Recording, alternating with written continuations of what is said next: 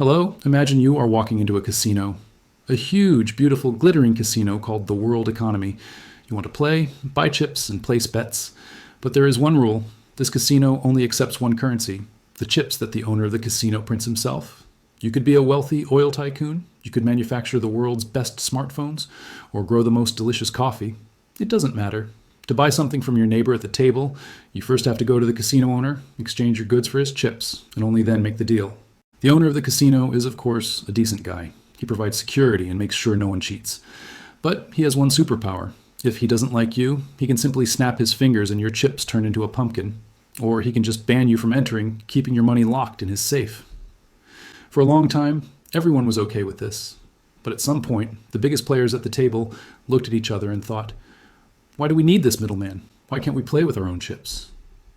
Today we're talking about Brics, about how a club of discontented nations turned into an economic alliance controlling half the world's oil, about why Iran, the Emirates, and China are trying to knock the dollar off its throne. And most importantly, what will happen to America if these guys succeed, and what does it threaten or promise for the rest of the world? No propaganda, just facts, numbers, and a little healthy cynicism. Let's go. First, let's figure out what this acronym actually stands for. It sounds like the name of a construction company. Initially, it was Brazil, Russia, India, China, and South Africa. 5 countries that said, hey, we are big. We have a lot of people and resources. But for some reason, the G7, led by the US, runs all the rules in the world.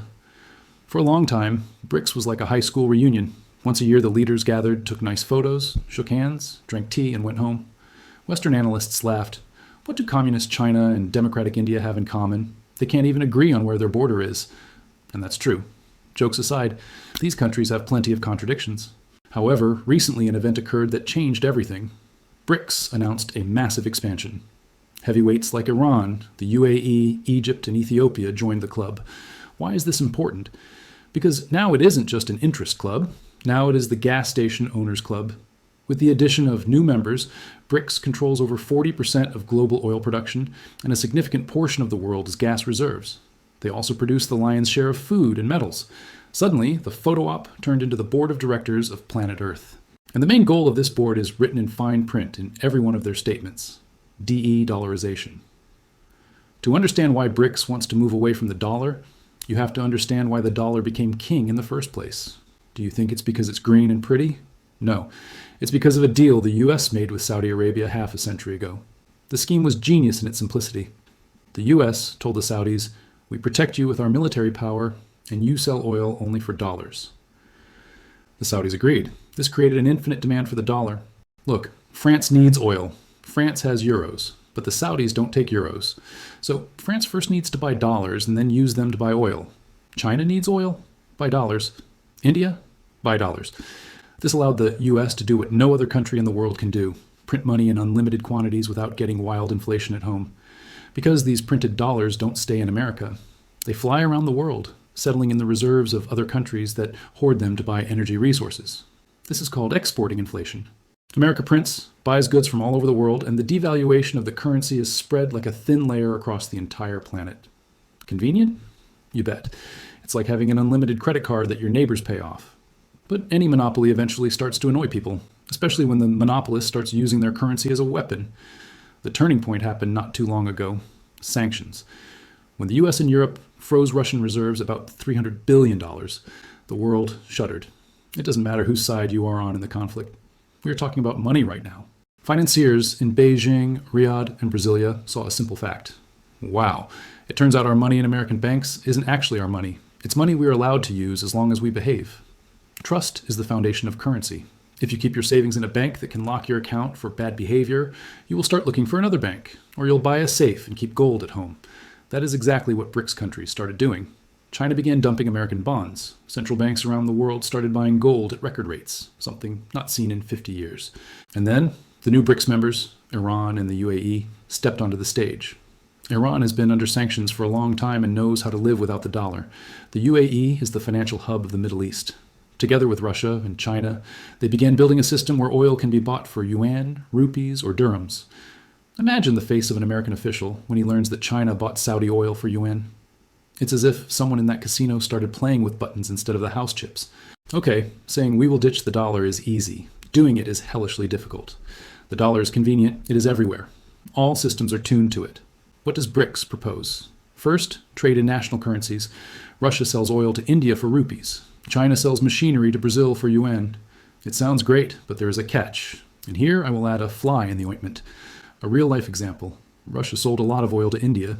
It received a mountain of rupees. But what do you do with them? The Indian currency is not freely convertible. There isn't much to buy with it in India, in those volumes, and exchanging it for other currencies is difficult.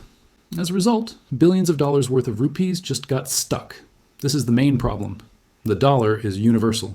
The yuan is not. China controls its exchange rate. The ruble and rupee are volatile. That is why Brics is developing stage 2, mBridge and digital currency. Don't be scared of the fancy words. Imagine that instead of moving money through American banks via the SWIFT system, the central banks of Brics countries connect their digital systems directly.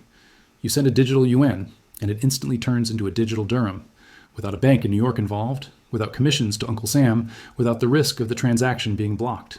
If, and this is a big if, they can create a single unit of account, let's call it the Bric coin, backed by gold and resources, it would become a real competitor to the dollar. And now for the most interesting part. Why are they nervously smoking in Washington while watching the expansion of Brics? Remember exporting inflation? If countries stop using the dollar to trade oil, demand for the dollar will drop. Trillions of dollars currently sitting in the reserves of China, Saudi Arabia, and Brazil will become unnecessary. Where will they go? They will come home, to the US. Countries will start selling US debt treasuries. This leads to two consequences that make any economist's palms sweat. First, the rising cost of debt. The US lives on credit. If no one wants to buy their debt, they will have to raise interest rates. Servicing the national debt will become so expensive that the budget will have to be slashed. Less money for medicine, the military, and social programs. Second, hyperinflation. When those excess dollars return to the US economy, prices will skyrocket. Imported goods, and the US imports almost everything, will become insanely expensive. The standard of living for the average American who is used to cheap goods and stability will drop sharply. This won't happen tomorrow. The dollar won't vanish on Monday. But the process of death by 1,000 cuts has already begun. The share of the dollar in global reserves is slowly but surely creeping down. So what is in it for the Brics countries? Why do China, Russia, or the Emirates need this, besides a sense of moral satisfaction? First, sovereignty. It's a sweet word. No one can come and say, you are voting wrong at the UN, so we are turning off your banks. Brics countries want to create a safe that only they have the keys to. Second, savings. Every time you transfer money via the dollar, American correspondent banks take a small fee. Multiply this by trillions in global trade. Ditching the middleman will save Brics countries tens of billions of dollars a year.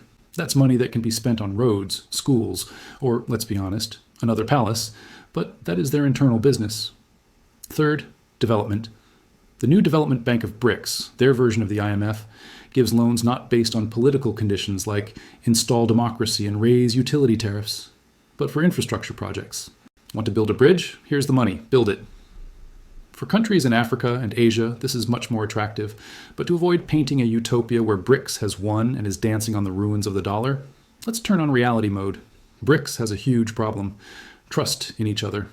China and India are two giants who periodically fight with sticks on the border in the Himalayas. They are strategic rivals. India is afraid that by leaving the dictatorship of the dollar, it will fall under the dictatorship of the yuan. And swapping one boss for another is a mediocre prospect. Furthermore, China's economy is going through tough times itself. Russia is under immense pressure. Iran has been isolated for decades. Assembling a single working financial machine from these different puzzle pieces is a mission impossible level task. The dollar is still king. It is liquid, reliable, relatively, and understood.